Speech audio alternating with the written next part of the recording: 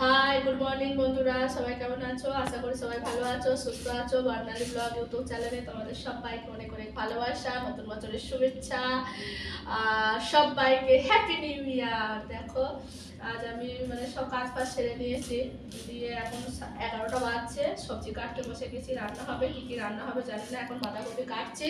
আর এইদিকে দেখো এত শীত, রোদ বার হয়নি, বাইরে আগ সেকছিল সবাই, দিয়ে এটা গরম হয়ে গেছে বলে দেখো, গরম হয়ে গেছে বলে সরিয়ে দিয়েছে। ক্যামেরাটা দেখাও, দেখো আঁচ হয়ে গেছে, কি মজা। পাশে রয়েছে, বেশ ভালো লাগছে। আর আমার তো শরীর খারাপ, লাইভেও আসতে পারছি না, ভিডিও দিতে পারছি না, ব্লগও দিতে পারছি না, শর্টও দিতে পারছি না। তো চলো আজকের ভিডিওটা দেখো, ফুল ওয়াচ করবে, স্কিপ করে যাবে না। আর যারা চ্যানেলে নতুন, চ্যানেলটা অবশ্যই সাবস্ক্রাইব করে দেবে, লাইক কমেন্ট করবে, শেয়ার করবে। চলো ঠিক আছে, দেখতে থাকো ভিডিওটা। চান টান করে চলে আসলাম, গরম জলে চান করলাম। সম্ভবত গরম জলে চান করছি, কারণ শরীর তো খুবই খারাপ। আগে থেকে একটু সামান্য নর্মাল পড়েছে, তো গলা দিয়ে এখন রক্ত বার হচ্ছে। কাশছি যখন, নাক দিয়ে গলা দিয়ে রক্ত বার হচ্ছে। তো আমি একটু সাজুগুজু করে নিই। সাজুগুজু বলতে চুলটা আঁচড়াবো, টিপটা পরবো, ব্যাস। টাক করে দিয়েছি। আর আমি শাড়ি পরছিলাম, একটা সুতির শাড়ি। তো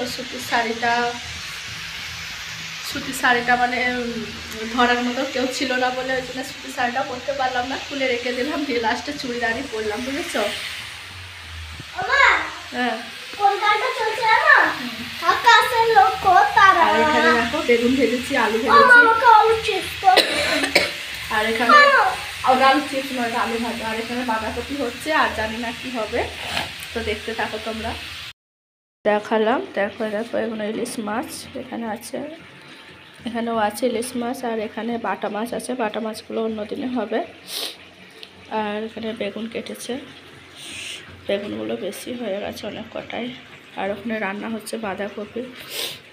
এখানে থালা বাসনগুলো বেসিনটা পরিষ্কার করে নিই।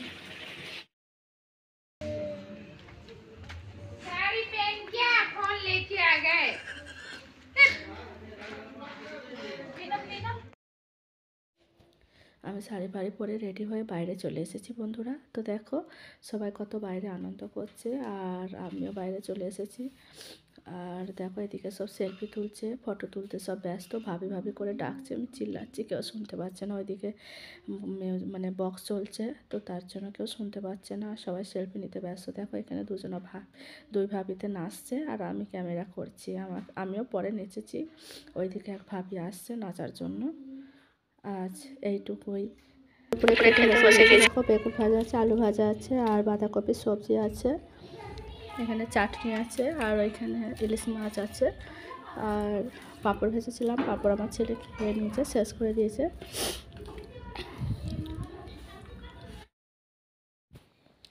রাত্রে একটু পাঁপড় খেতে মনে হলো, দুপুরবেলা পাইনি যেহেতু আমার ছেলে খেয়ে নিয়েছিল বলে।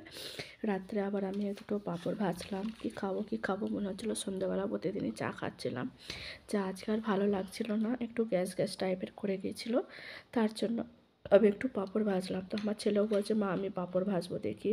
তো আমার ছেলেকে একটা ভাজতে দিলাম। আমার ছেলে দেখো ভাজছে, আর পাঁপড়টা উল্টাতেও পারছে না সেরকমভাবে, পুড়ে যাচ্ছে পাঁপড়টা, একদিকে পুড়ে গেছে পুরো, উল্টাতে পারছে না। তো আমি বকছি যে পারবি না, কেন ভাজছিস ফালতু।